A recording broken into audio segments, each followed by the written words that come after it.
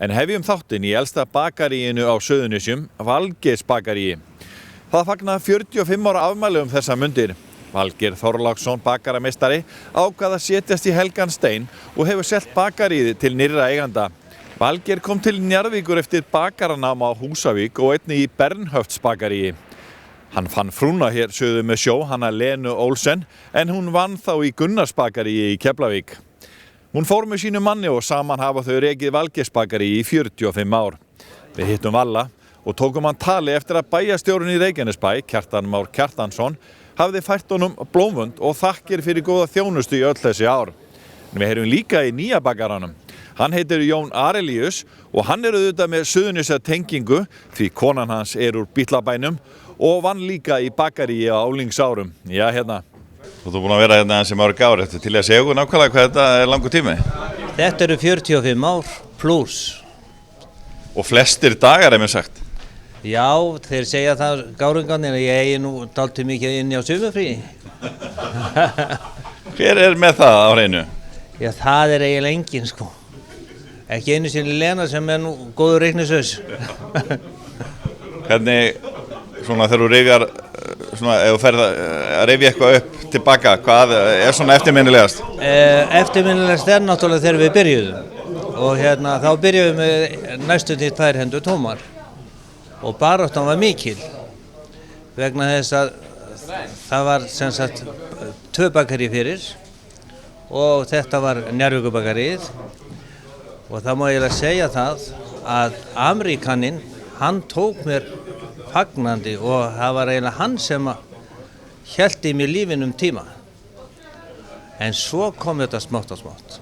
Og svo þegar við byggðum hérna, að þá var eins og fólkið tæki okkur bara í arma sína. Því að í hvers skipti sem var steypt hérna, húsið var steypt í nokkrum einingum, þá fylltist gamla bakarí. Og þegar það var steypt plani hérna, það var, ef það voru einhver uppákomið í þessu húsi, þá var alltaf brjálað að gera. Nú við fórum, Lena fór til sparisjóðsstjórans og vildi tryggja okkur sem sagt pening og við unnum þetta bara hægt og rólega eins og við höfum gert alla tíð.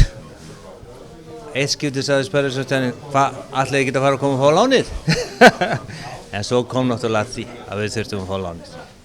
En þetta hefur svona samt gengið vel í gegnum tíðina? Alla tíð gengið vel og ég held að hafi aldrei verið tap nema fyrsta árið.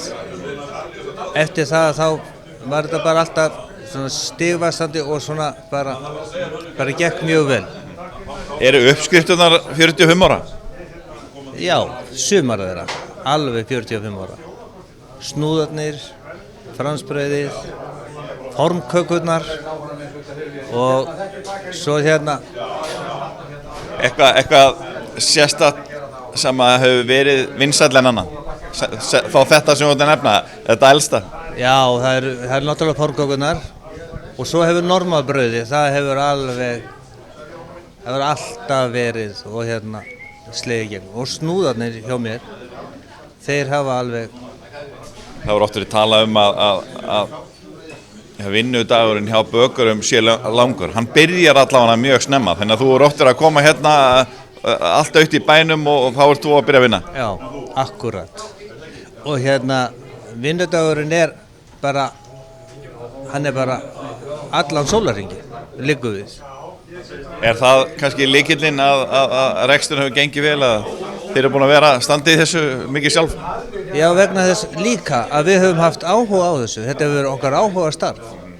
Og eins og Lena, hún hefur haft mjög gaman að því að afgreiða og umgangast fólk sem hún gerir enn í dag. Og það er bara að því að ég kynntist henni að hún var að vinna í Gunnars bakaríi. Stalst hann úr bakari? Já, Gunni heitinn, hann vildi nú helst að við sameinuðust bara, en ég vildi það ekki. Nei. En hafa þetta verið aðalega Njarðvíkingar eða bara miklu fleiri? Nei, það er bara verið allt svæðið. Það er ekki hægt að segja annað. Við vorum í heildsölunni tíma og svo hættum við því og þá má ég eiginlega segja að þá fór skútan verulega á stað sko, vegna þess að heilsalan, hún tók svo mikið frá okkur. Við gátum ekki sinnt búðinni og við gátum ekki það fór svo mikið í heilsunum og þurftum við að taka tilbaka. Hvað kemur til að menn koma til Njarðvíkur og kaupa heilt bakarí? Heyrðu, þetta er náttúrulega stórkostleg eining, Valgeirs bakarí. Kona mín er héðan og þetta er bara no-brainer. Þú ert búin að vera með svona rekstur í Hafnarfirði í mörg ár. Ég er búin að vera með bakarí kökulist í Hafnarfirði í 19 ár og þetta er flott útrás. Og skemmtileg svolítið að koma til Njarðvíkur og taka 45 ára gamalt bakarí yfir. Heyrðu, þetta er bara einstakt. Móttökurnar, ég sagt þér að stóru áhyggjurnar í upphafi verður með tekið vel. Það eru sko, núna fyrstu 3 vikuna hafa 10 manna tekið bara í höndina á mér og óskar velfarnaðar og boðum velkomin. Þannig að það er stórkostlegt. 45 ára saga í þessu bakaríi, fullt af gúmmilaði sem er búið að vera nánast frá degi 1. Hvað ætlað þú að gera? Heyrðu, það er búið að leggja með línundar. Það er búið að segja mér sko, fléttubrauðin þau með ekki breyta, snúðarnir verða að vera eins, kringlurnar, það er engin spurning. Ég keypti Valgeirs bakarí. Sko, ég er ekki að fara að breyta þessu í Starbucks á morgun, alls ekki. Ég ætla náttúrulega bara að byggja á þessu, þetta er flottur rekstur, flott bakarí, bara geggjaðar vörur, það er verið að sko keyra á áratuga gömlum uppskriftum og bara svona grunn hráefni notuð, þetta er bara frábærir söklar að byggja á. Við ætlum með hækkandi sól ætlum við að opna þetta kaffiaðstöð í hinum helmingnum af framhliðinni og bara fulla hugmyndum og bara mjög spennt og þessar stórkostlega móttökur eru bara ómetanlegar. Ég held ég verið að setjast niður á milli jóla og nýjárs og skrifa 15.000 árabótakveðjur til allra bæjarbúa og þakka fyrir þessi bara hlýhug og velvilja. Þannig að það hefur ekki verið neitt beigur í þar að koma til Reykjanesbær sem hefur nú ekkert verið í, það hefur svona verið misjöfn umræðan að undanförnu. Sko ég bjó hérna í hálft ár fyrir 8 árum síðan og ég er náttúrulega búin að vita Valgeirs bakarí alla tíð. Bara síðan þá, þegar ég bjó hérna, þá hefur sko miðdepill Reykjanesbæjar bara flust held ég bara hérna út á plani fyrir framan. Nei, alls ekki. Fólk, þú veist, með alls konar rangkommyndir fara að keyra á milli, þetta er bara maður á gæða stund með sjálfu sér í 20 mínútur á morgnana og 20 mínútur heim. Ég bý syðst í Hafnarfirði, þannig að ég er bara, mér finnst það bara frábært. Já, bara maður að taka við grónu fyrirtæki, miklum hefðum og bara, þetta leggst rosalega vel í mig. Ætlað þú að vera hér sjálfur og baka eða verður í Hafnarfirði eða? Nei, við flytjum alla framleiðslan hingað, framleiðum fyrir kökulist hérna og ég bara kom með talsvölda störfum með okkur og já, þetta er bara mjög jákvæmt. Fín aðstæða hérna? Mjög fín aðstæða. Og svo bara, ég meina, með nýjum aðilum kom alltaf nýjar áherslur og við höfum verið sterk í veisluþjónustu og hátíðatertum, þannig að við ætlum að lánsa því líka.